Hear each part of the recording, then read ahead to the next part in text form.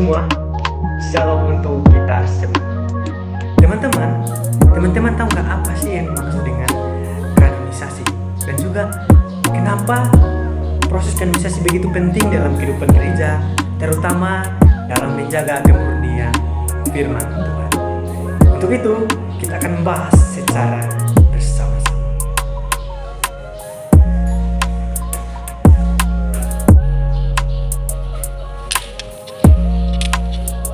Halo semua, apa sih yang kita ketahui dengan kanonisasi Alkitab dan mengapa proses ini penting bagi gereja dan terutama di dalam kemurnian ajaran firman Tuhan?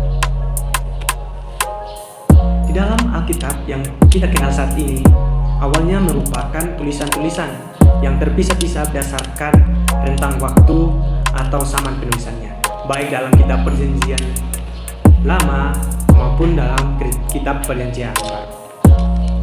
Alkitab bertumbuh sebagai dalam proses seleksi atau bisa kita sebut dengan kanonisasi yang berasal dari kata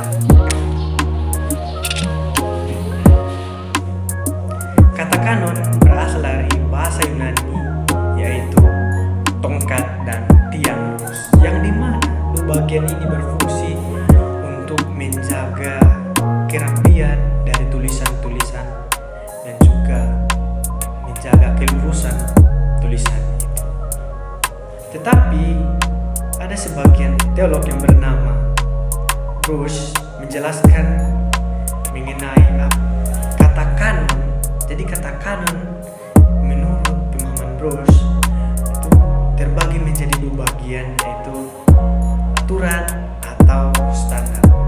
Yang dimaksud dengan dua bagian ini adalah bahwa kanon Alkitab merupakan peraturan standar ukuran yang dipakai untuk menentukan kitab-kitab yang diakui diilhamkan oleh Allah.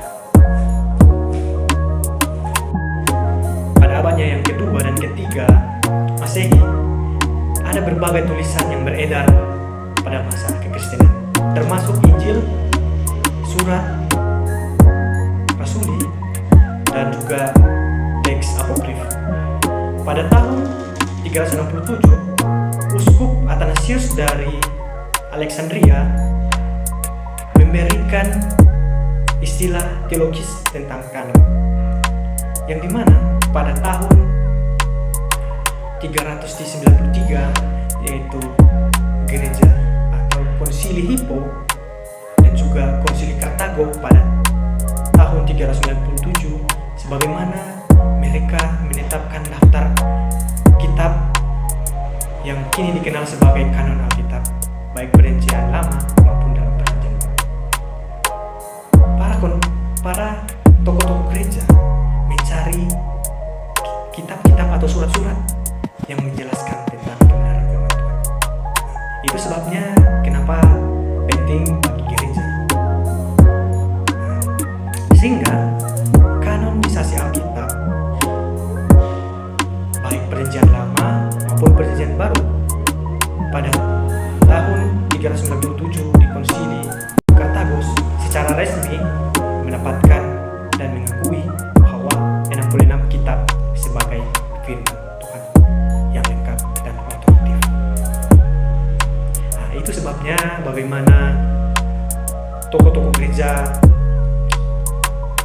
mengenai kanonisasi itu sangat penting bagi gereja, supaya tidak ada keliru mengenai firman Tuhan. Sehingga proses kanonisasi Alkitab sangat penting bagi gereja untuk menjaga kemurnian firman Allah sebagai kumpulan teks suci yang dianggap otoritas tunggal dan sumber kebenaran bagi ajaran dan praktik Kristen. Sehingga dalam proses ini jelas membuat orang-orang percaya tidak kekeliru dan untuk melindungi dari penafsiran yang salah dan ajaran yang dapat timbul akibat kurangnya pemahaman. Dengan kanonisasi Alkitab membuat kita mengerti bahwa dalam proses tokoh-tokoh gereja yang mencari kebenaran tentang surat-surat, dan juga bagaimana mereka menetapkan surat-surat, dan juga bagaimana gereja memberikan pengajaran lewat kanonisasi Alkitab, baik dalam 66 kitab itu, supaya kita tidak keliru dalam membahas tentang firman Tuhan di dalam Alkitab, sehingga kanonisasi itu penting bagi kehidupan kita maupun dalam kehidupan orang Kristen di kehidupan sekarang ini. Untuk itu saya undur diri dan izin pamit. Shalom.